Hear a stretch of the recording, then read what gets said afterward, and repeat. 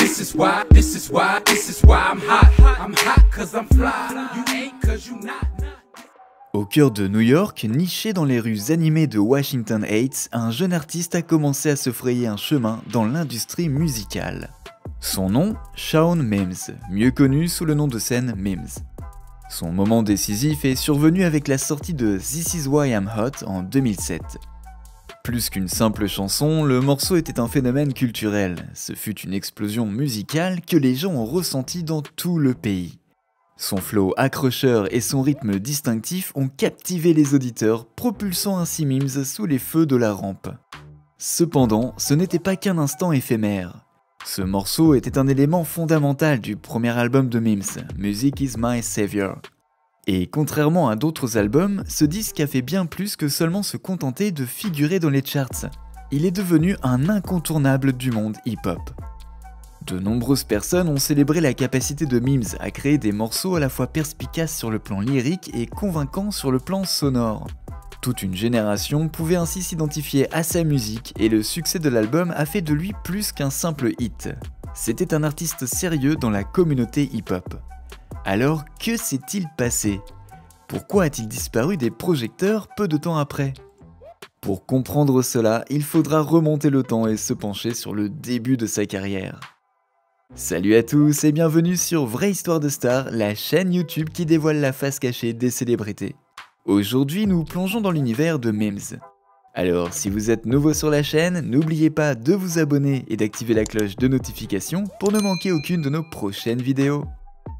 Pour Mims, Washington Heights était le lieu où les rythmes palpitants de la vie urbaine se mêlaient à ses rêves de musicien. Sa vie ici consistait à s'immerger dans une culture riche d'influences musicales et c'était un endroit où chaque coin de rue résonnait de rythmes et de rimes. Les rues de Washington Heights n'étaient pas seulement une toile de fond pour son enfance, c'étaient les toiles sur lesquelles il peignait ses aspirations musicales. Il y a donc absorbé le mélange éclectique de sons dans la musique. Cela comprenait des rythmes hip-hop diffusés par les autoradios et des rythmes mélodiques de musique latine dans l'air. Mims a utilisé ces diverses influences musicales comme éléments constitutifs de son style unique. Avec le succès de This Is Why I'm Hot, le public américain a pu constater son talent incontesté. C'était la confirmation que la star de Washington Heights pouvait briller de mille feux sur la scène nationale. La chanson est arrivée en tête du classement Billboard Hot 100, montrant clairement à quel point les gens aimaient sa musique.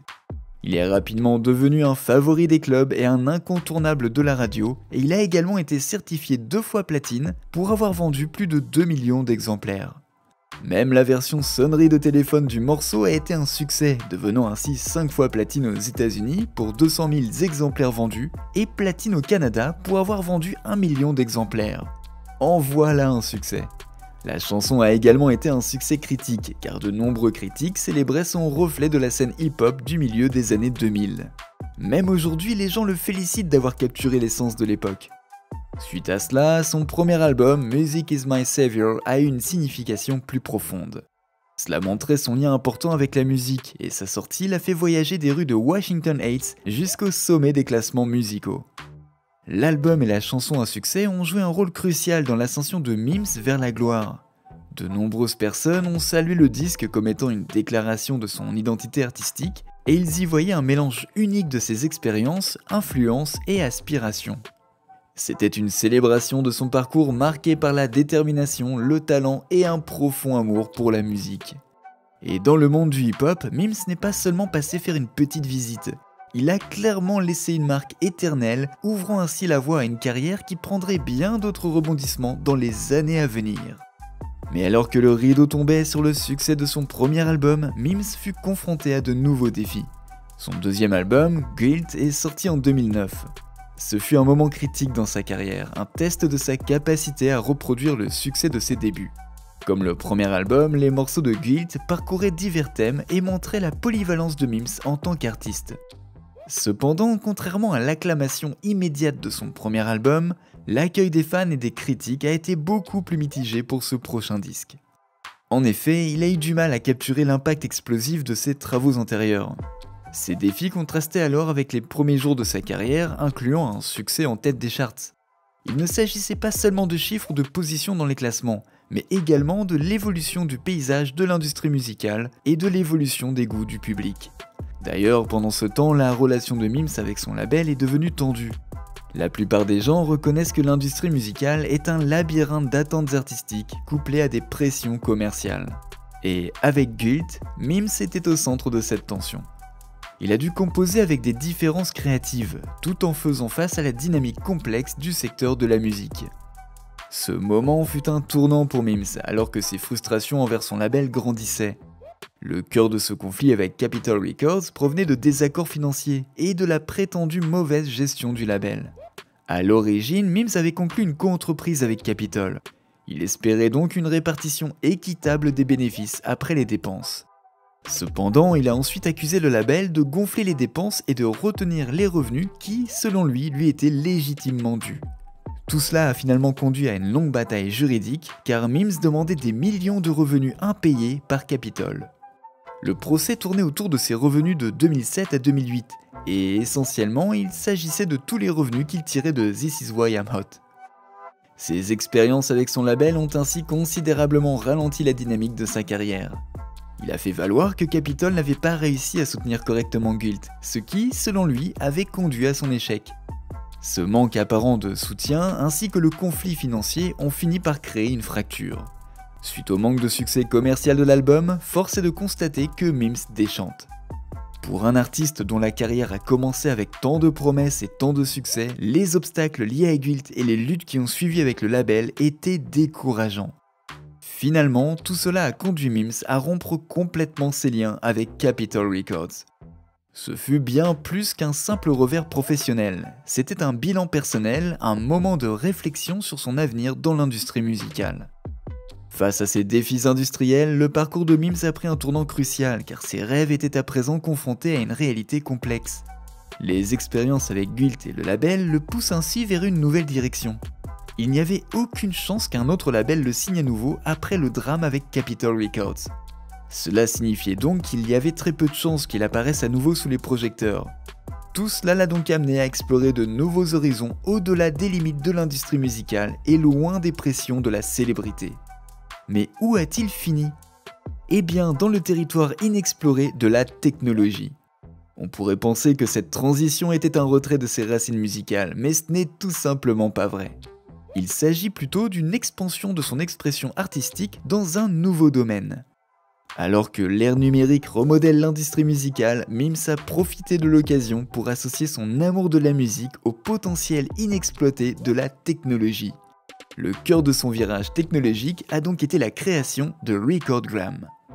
Cette application innovante a permis à des artistes en herbe et à des producteurs chevronnés de collaborer ensemble mais sans le contrôle traditionnel de l'industrie musicale.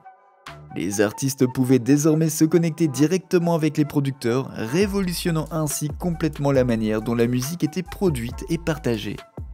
Le saut de Mims dans la technologie était une véritable déclaration d'amour.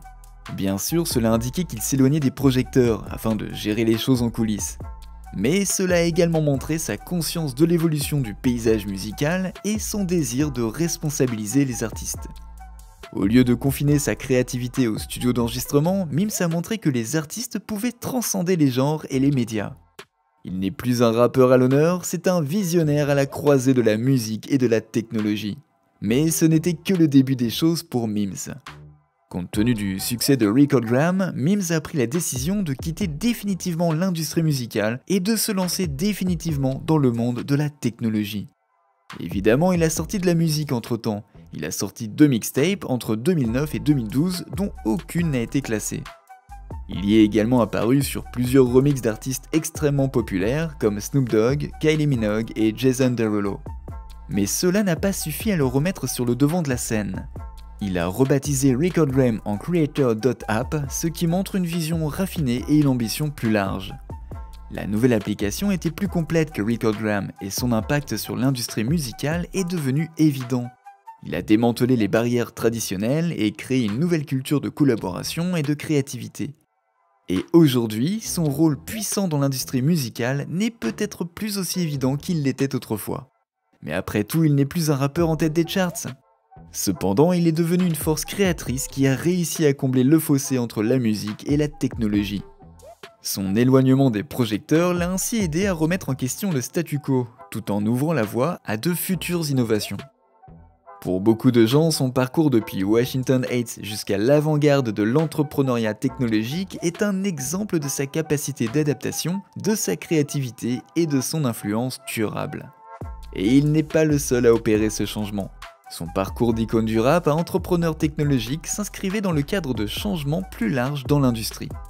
De nombreux autres artistes ont également décidé de devenir des innovateurs grâce au succès de Mims. On constate ainsi une tendance croissante des artistes à utiliser la technologie afin d'étendre leurs capacités créatives et leurs compétences commerciales. Vous ne verrez peut-être pas Mims dans les charts, mais vous pouvez certainement ressentir son impact sur l'industrie. D'autres artistes redéfinissent désormais leur rôle, et ce ne sont pas simplement des artistes, mais des entrepreneurs et des innovateurs.